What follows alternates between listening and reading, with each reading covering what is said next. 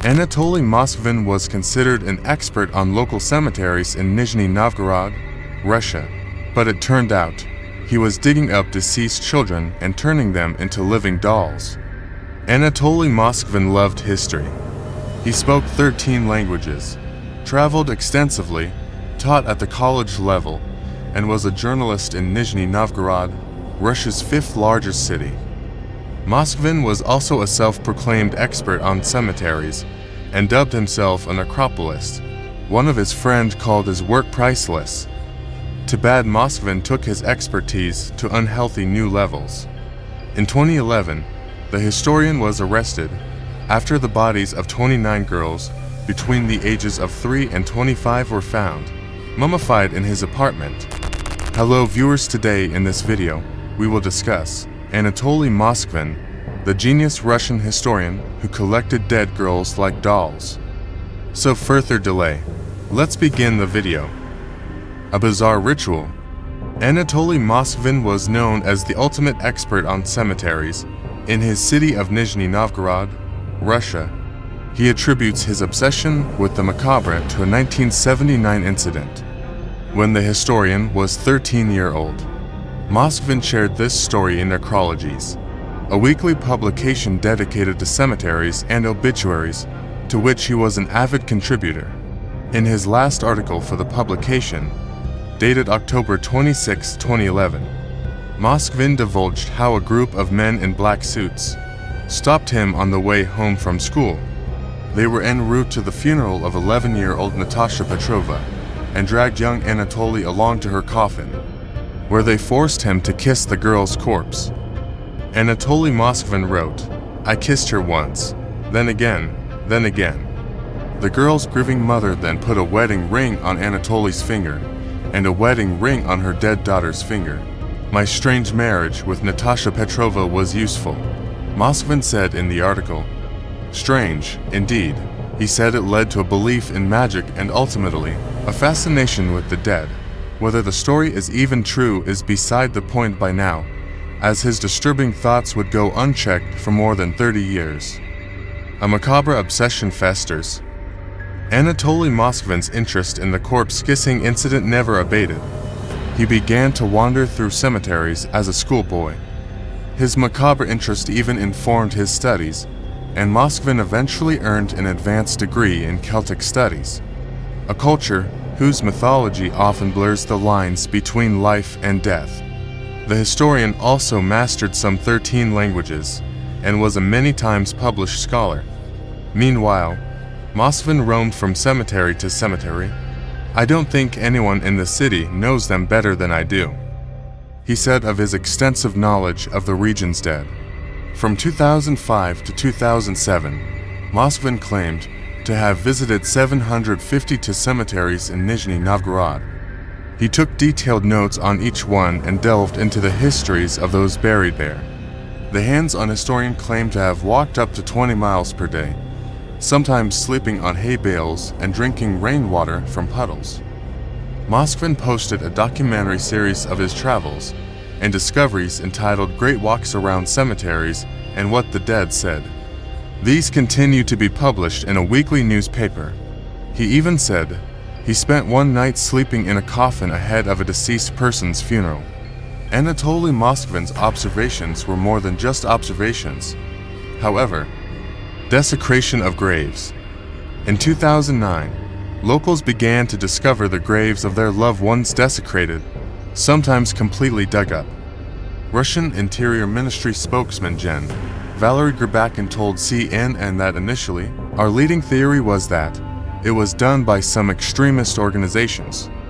We decided to beef up our police units and set up groups composed of our most experienced detectives, who specialize in extremist crimes. But for nearly 2 years, the Interior Ministry's leads went nowhere. Graves continued to be desecrated and no one knew why.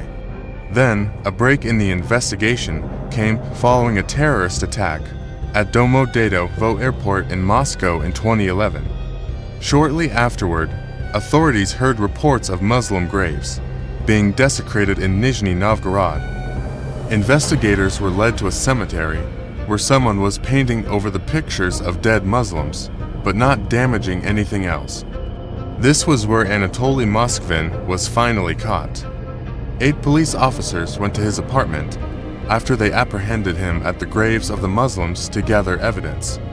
What they found there shocked them all and shook the world. The creepy dolls of Anatoly Moskvin.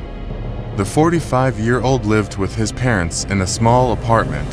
He was reportedly lonely and something of a pack rat. Inside, authorities found life-sized, doll-like figures throughout the apartment. The figures resembled antique dolls. They were fine and varied clothing. Some wore knee-high boots. Others had makeup on over faces Moskvin had covered in fabric. He had also hidden their hands in fabric, except these were not dolls. They were the mummified corpses of human girls. When police moved one of the bodies, it played music, as if on cue. Inside the chests of many of the dolls, Moskvin had embedded music boxes. There were also photographs and plaques taken off of the gravestones, doll-making manuals, and maps of local cemeteries strewn about the apartment. Police even discovered that the clothes worn by the mummified corpses were the clothes in which they were buried. Investigators later found music boxes or toys inside the bodies of the dead girls so that they could produce sounds when Moskvin touched them. There were also personal belongings and clothing inside some of the mummies. One mummy had a piece of her own gravestone with her name scrawled on it inside her body. Another one contained a hospital tag with the date and the cause of the girl's death. A dried human heart was found inside a third body. Anatoly Moskvin admitted that he would stuff the decayed corpses with rags. Then he would wrap nylon tights around their faces or fashion doll faces onto them. He would also insert buttons or toys into the girls' eye sockets so that they could watch cartoons with him. The historian said that he mostly loved his girls, though there were a few dolls in his garage that he claimed to have grown to dislike. He said he dug up graves of girls because he was lonely. He said he was single and his biggest dream was to have children. Russian adoption agencies would not let Moskvin adopt a child because he did not make enough money. Perhaps that was for the best, judging by the condition of his pack rat apartment and psychotic obsessions with dead people. Moskvin added that he had done what he did because he was waiting for science to find a way to bring the dead back to life. In the meantime, he used a simple solution of salt and baking soda to preserve the girls. He celebrated the birthdays of his dolls as if they were his own children. Anatoly Moskvin's parents claimed to know nothing of the true origin of Moskvin's dolls. Elvira, the professor's then 76-year-old mom, said, "We saw these dolls, but we did not suspect there were dead bodies inside. We thought it was his hobby to make such big dolls and did not see anything wrong with it." Shoes in Moskvin's apartment matched footprints found near desecrated graves, and police knew without a doubt that they had their grave robber. Trial and sentencing in the House of Dolls case.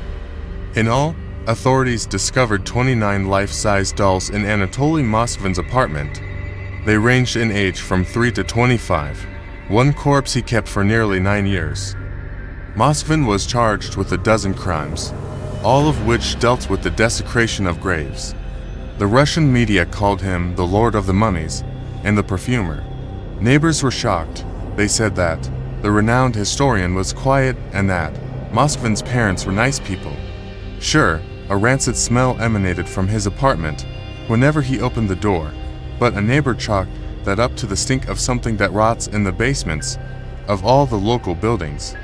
Moskvin's editor at Necrologies, Alexei Yesin, didn't think anything of his writer's eccentricities. Many of his articles enlighten his sensual interest in deceased young women, which I took for romantic and somewhat childish fantasies, the talented writer emphasized.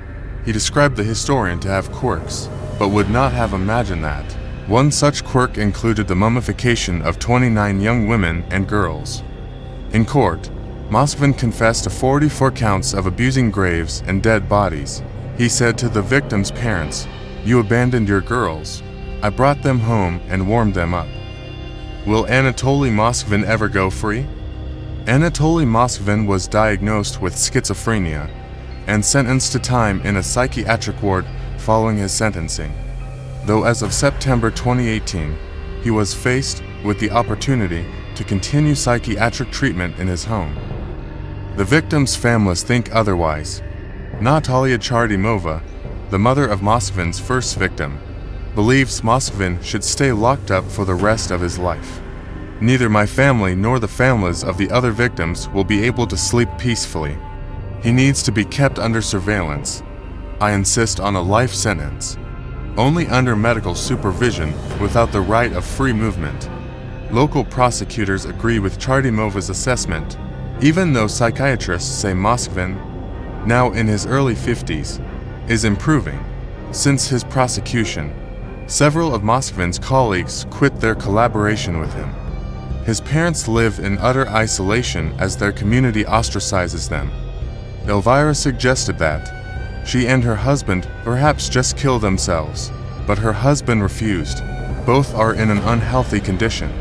Anatoly Moskvin allegedly told authorities not to bother reburying the girls too deeply, as he will simply unbury them when he is released. I still find it hard to grasp the scale of his sickening work, but for 9 years, he was living with my mummified daughter in his bedroom. Chardimova continued. I had her for 10 years, he had her for 9. Viewers, this was the disturbing true story of Anatoly Moskvin, the genius Russian historian who collected dead girls like dolls. Viewers, what you can say about this story, tell me in the comment box. Thanks for watching. If you found this story gripping, don't forget to like, share, and subscribe for more chilling true crime stories. And remember, if you or anyone you know is battling dark thoughts, don't hesitate to reach out to a mental health professional. Until next time, take care of yourself, and I meet you in a new interesting video.